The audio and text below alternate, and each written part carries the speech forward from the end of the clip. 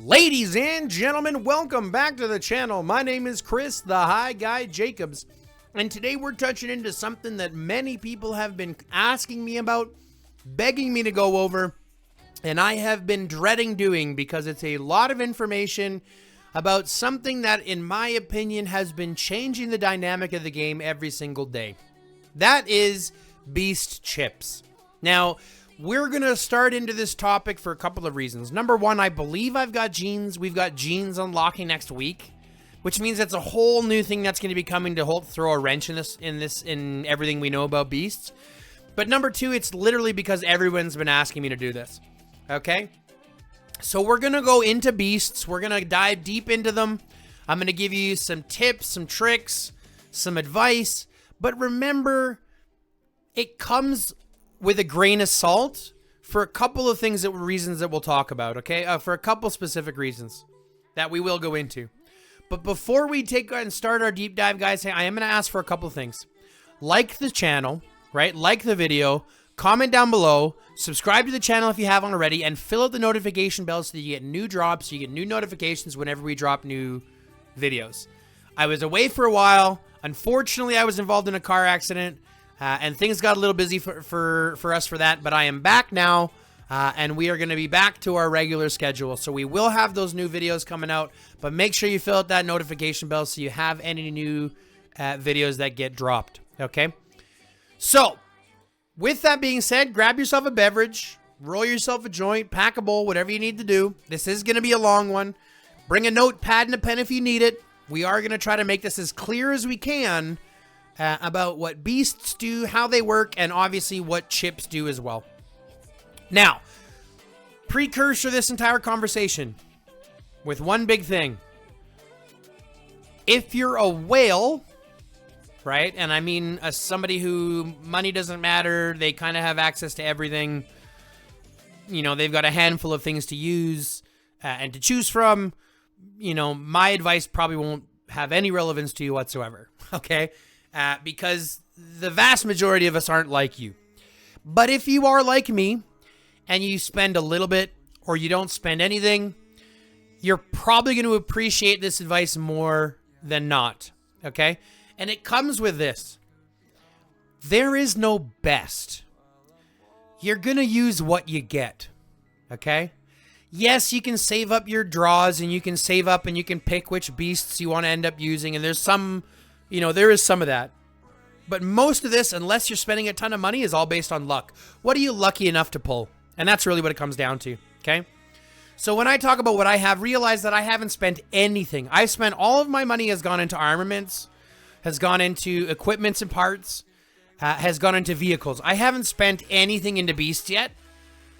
Well, I might have spent like 20 bucks into beasts. Let's be clear. I want to make sure that we're as clear as we can. So everything that I've gotten is from what I've been able to grow organically or what I've been lucky enough to pull in the events where we get beast parts, okay? But I haven't spent money. I've spent gems, and that's it, okay? So, first and foremost, let's clear the water when it comes to beasts. What are beasts and how do they work?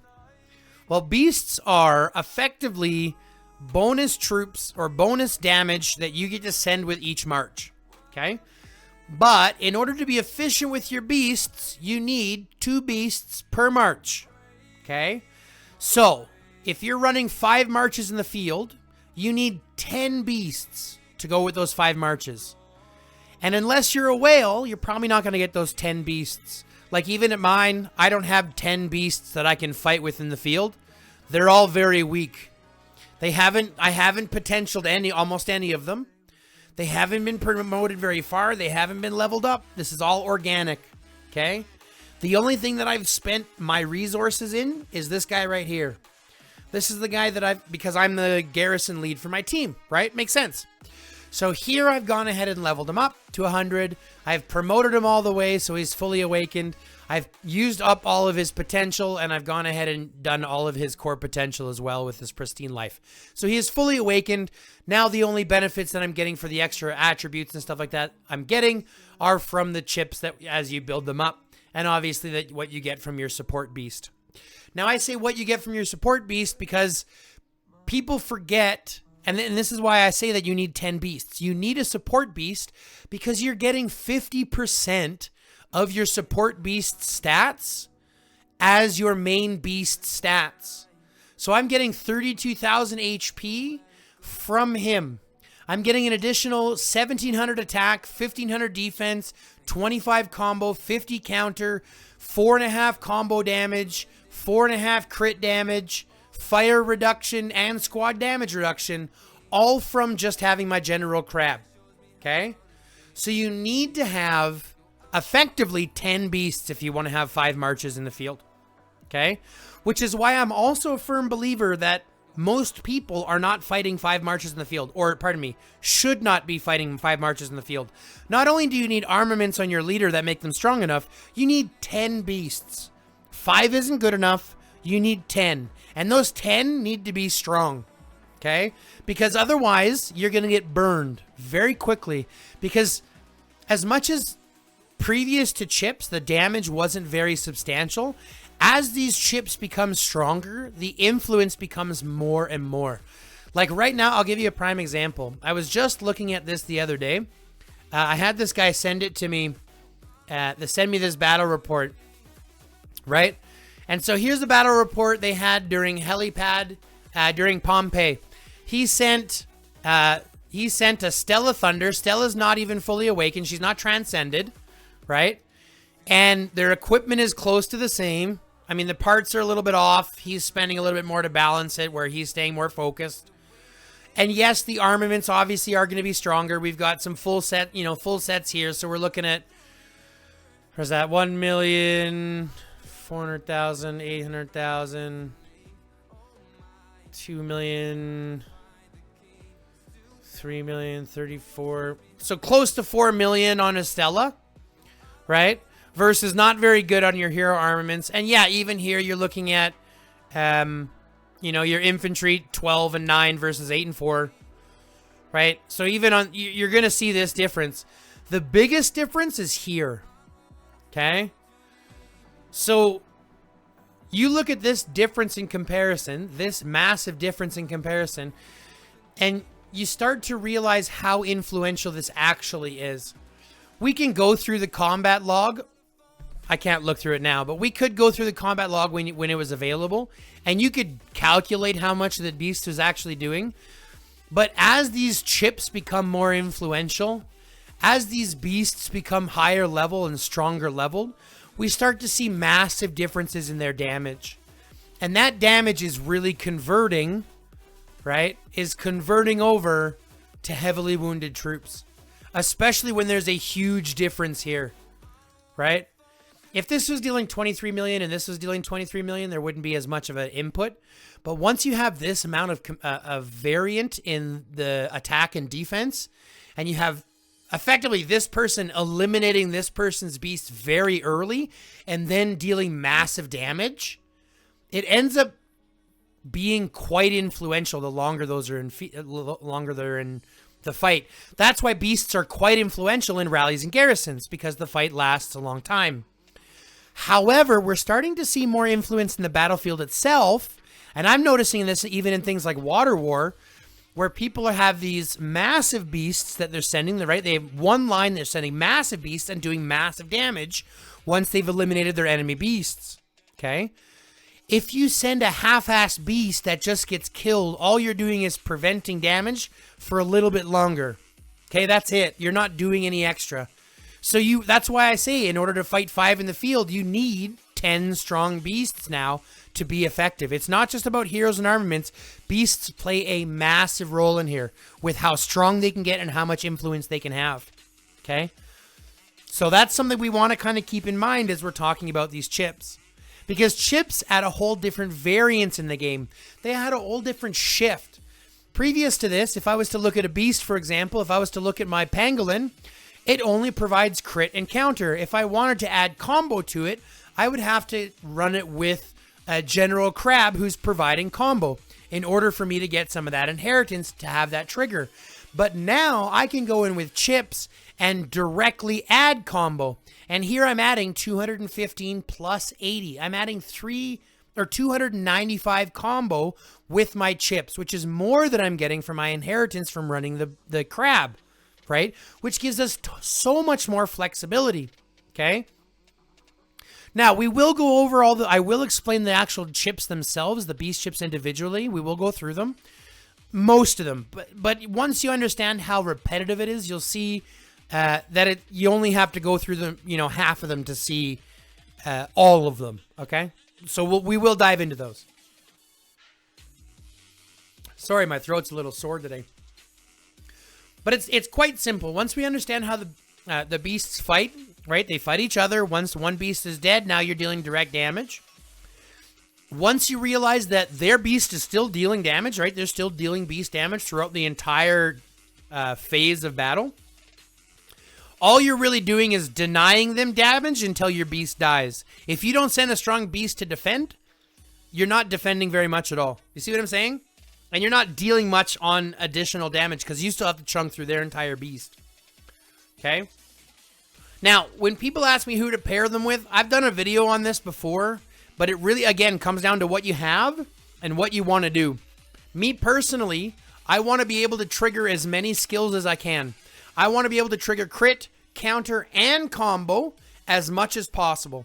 So originally, I had him working with General Crab to provide crit, counter, combo, and corrode.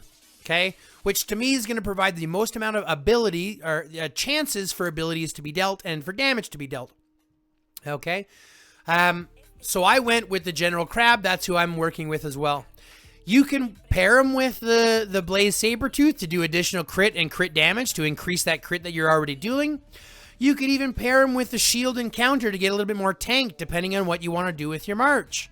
Right? If you're sending a tank rally march, maybe you'll send a tank rally is going to be Corpse Bull and Hurricane Draco. Maybe if you're running full infantry defense, you might run Crystal Pangolin and Hurricane Draco for the additional shield and counter. There's tons of ways to kind of have this play off, depending on what you need the most. But in my opinion, you want to deal as much damage. This game is all about damage, so I want to deal as much damage as I can, as fast as I can, so that's why I've paired them the way that I have. But do what you get, do what you have, what you get best. If your Draco is a higher level, if your Volcano Rider is a higher level, if your Blaze Sabertooth is a higher level, use them instead, right? Use what you've got. Until you have everything, there's really no best, right? And even at the best, or once you have everything, or if you ever get to that point, it's really not about what's best. It's about what's best right now, right? That's at the top of the game. 2% matters.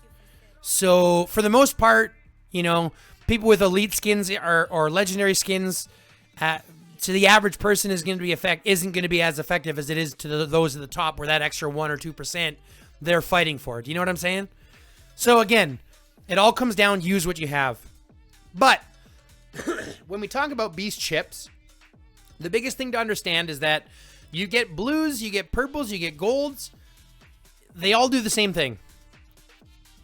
Purples do blues better, and gold does purple better. Okay? So in reality, they've given us, 6, 12, 18 chips per troop type, per beast type, across all 3 avenues. So they've given us a ton of chips. In reality, there's only like 18 chips to think about, right? Because they're all the same throughout each one.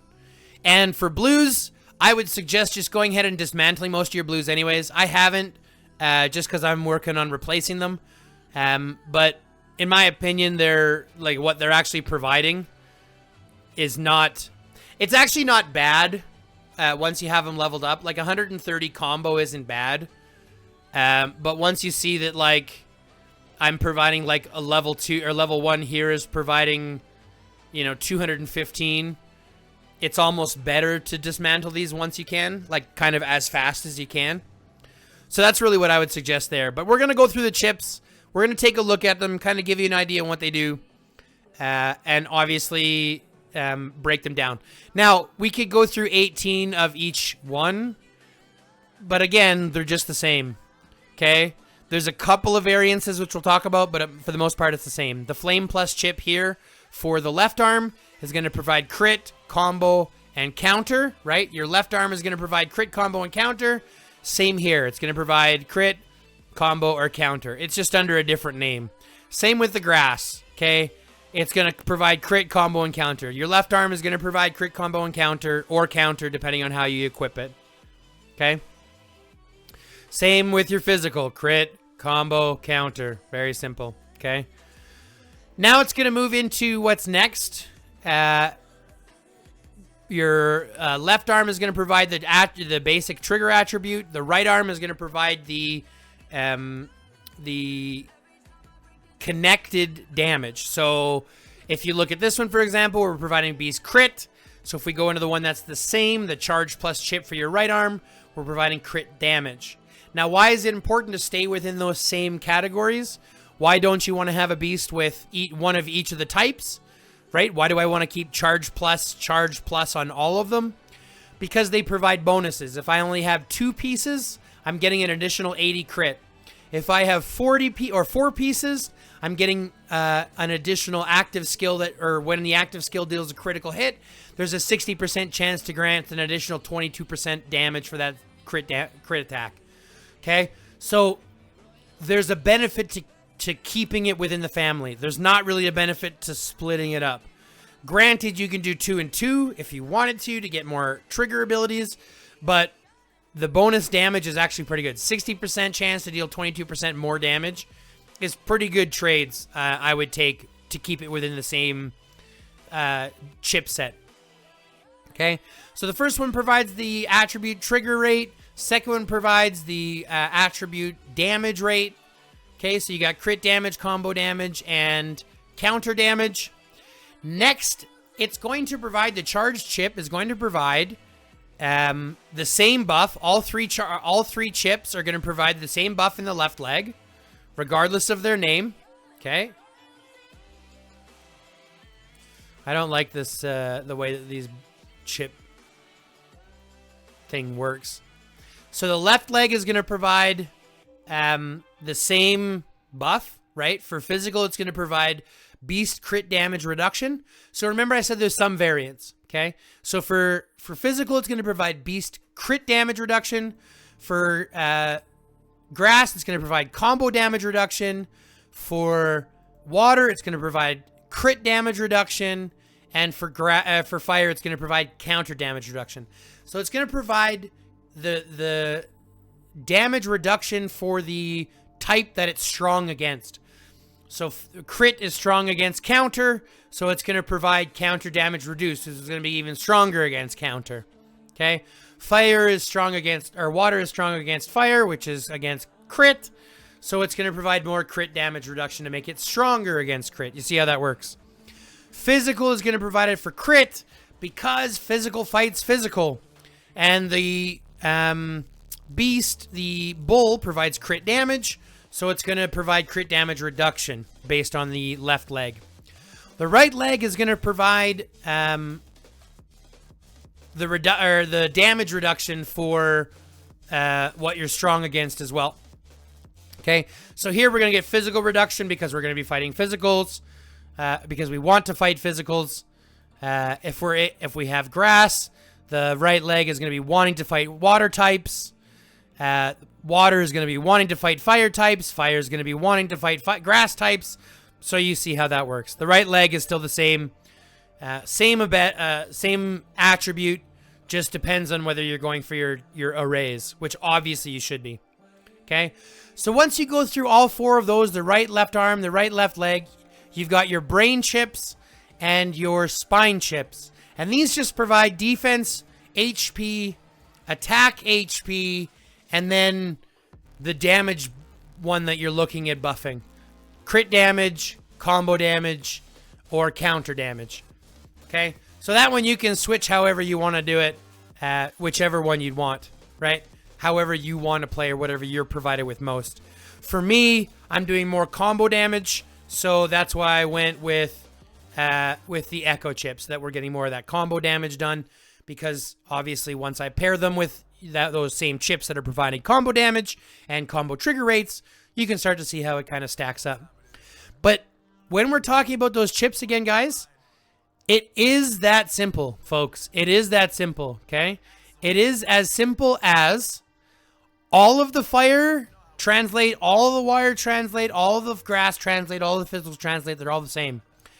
And the only difference between that and purples is that purple does what gold does a little bit worse. So if we look here, for fire, we're getting Beast Crit 160 and a bonus 80. Here, we're getting Beast Crit 100 with a bonus 50. Okay? Other than that, it's the exact same.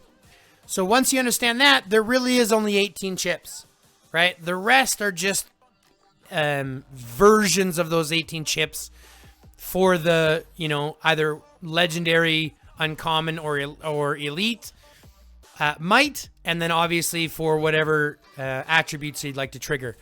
But once you understand how that works, you start to understand that this game really wants you to focus on being strong one march at a time. Because here's the thing, if I send 5 marches in the field, okay, but I only have two strong beasts, I'm already at a disadvantage over my opponent, right? If my opponent even has 1 march that has, like, if they're balanced at all with their beasts, right? So you could say, well, the argument is to be balanced in your beasts. But then you have to realize that that's what the game wants you to do. They want you to balance your beasts so that you'll be more likely to spend more money because you're going to fight in the field. And in order to fight in the field properly, it's the most expensive because you have to be strong in all 3 types. And in order to be strong in all 3 types, you have to have good armaments in all 3 types, good vehicles in all 3 types, right? Good heroes in all 3 types, which costs more money. So that's what they want you to do. So what I'm suggesting, the best way to play this game, hyper-focus everything. Hyper-focus your equipment, hyper-focus your armaments, your heroes, everything. Only fight with marches that you can support in the field, 1 march at a time. Even if that means that you have 10 people active, each with 1 march at a time, and 1 or 2 full marches in the field, right? Versus 3 people, you will do better that way, right? Against, the same amount of marches where you have, say, 3 or 4 guys that are marching 5 in the field. So I would rather have an active alliance, each running 1 or 2 marches, than a sub-active alliance, each running 5 marches, okay? And that's going to be throughout all of this. And I think most people have to realize this. Fighting 5 in the field is not smart, okay? It's not. It fills your hospital, it costs resources, costs speed-ups, and unless you're spending a lot of money on the game, it's not smart, okay? So keep that in mind. But guys, that's really it when it comes to chips and when it comes to beasts. The hardest thing to understand or to kind of get over is that you want to do everything, but unless you're going to spend for everything, you can't do everything. Just let the game provide for you what it's going to and work with what you get. Pardon me. Work with what you get. Okay, that's going to be the best advice I can give you. Even when I look at my beasts, like I said, I haven't spent money on the beasts outside of, I think, maybe $20 once, right? All I've done is spent my resources on the beast that I have, knowing that I'm the Garrison captain and Garrisons fight the longest, which means that they're going to be in the battle the longest, where the beasts have the most effect to be influential, okay? So keep that in mind.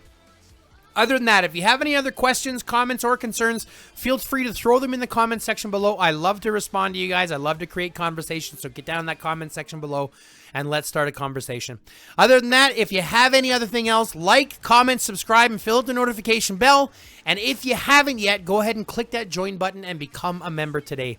It only costs $5 American a month, but it goes a long way to keeping the channel streaming, long to keeping it active, and moving us forward into being able to stream live. Unfortunately, I've got Starlink right now, which doesn't provide for good streaming capabilities, but I am working to move into a more landlocked area where I can get fiber optic internet, which will give me the streaming capabilities. However, it's not cheap, right? I have to rent a new space. So anything else that we can ask for support from the community, we are going to reach out and click that join button, become a member today. With that all being said, folks, that's it for me. Love, peace, chicken grease, and until next time, stay lifted.